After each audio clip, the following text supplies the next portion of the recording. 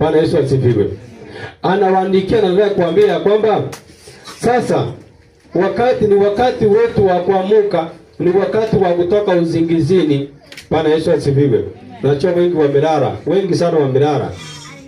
Wengi sana wamelala, hawajui tuko wakati gani, hawajui kunaenda aje, wamelala usingizi. Lakini ni wakati wa kuamuka, maana wokovu wetu umekaribia, uko karibu kukuja kwetu. Bwana Yesu asifiwe.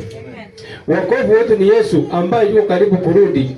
Yuko karibu kukuja kuchukua wale ambao wamejitayarisha, wale ambao wamemjua yeye ni nani, wale ambao wamemwamini, wale ambao wameacha mambo ya duniani. Ni wakati ambaye tuko wakati wa mwisho kabisa. Bwana Yesu asifiwe. Lakini unaona kwamba watu wako busy utafuta maisha ya dunia hii, au wamesahau wakati umefika. Wamesahau ya kwamba ni wakati gani tupo. Sasa hii hata ukitokea hapo kwa barabara unaona kwamba kila mtu wako busy kutafuta mali ya dunia hii. Utafutia tumbo ya dunia hii. Utafutia mwili huu ambaye anaiacha hapa. Lakini ajui ya kwamba wakati umefika. Wakati umekaribia. Ni wakati wa kutengeneza. Ni wakati wa kumjua Mungu ni nani. Bwana Yesu asifiwe. Ni wakati wa kuamuka kutoka katika usingizi.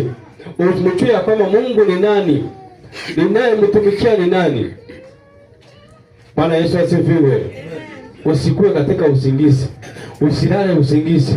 Ni wakati wa kuamuka. Ni wakati wa kumjua Mungu. Ni wakati wa kumtumikia Mungu. Ni wakati wa kupeana maisha yako kwa Mungu. Bwana Yesu asifiwe. Unajua wakati wa Nuhu watu walikuwa katika usingizi. Nuhu akahubiri miaka mingi, lakini watu hawakuwa wanaelewa. Kama na sisi tunasema ya kwamba watu wamesema mwisho wa dunia unafika, walianza kusema kutoka kitambo, lakini mwisho wa dunia bado. Sasa na wale watu wa wakati ule walikuwa hivyo hivyo tu. Lakini wakati mmoja tunaona ya kwamba gharika ikatokelezea. Ndio walikuja kugundua ya kwamba kumbe alikuwa anasema ukweli. Bwana Yesu asifiwe. Walipatwa kavura. Wakati wanakimbia mwishowe hakuwa kukombolewa. Waliangamia wote. Kwa sababu waliambiwa waamuke, wakaendelea kulala. Bwana Yesu asifiwe. Na wakati mmoja kama hutaamuka, ina maana ya kwamba wakati Yesu atarudi, atakupata ukishughulika, nitakula nini, nitalipa nyumba na nini, atakukuta hapo.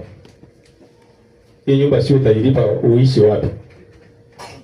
Bwana Yesu asifiwe. Hii nyumba ambayo inakusumbua,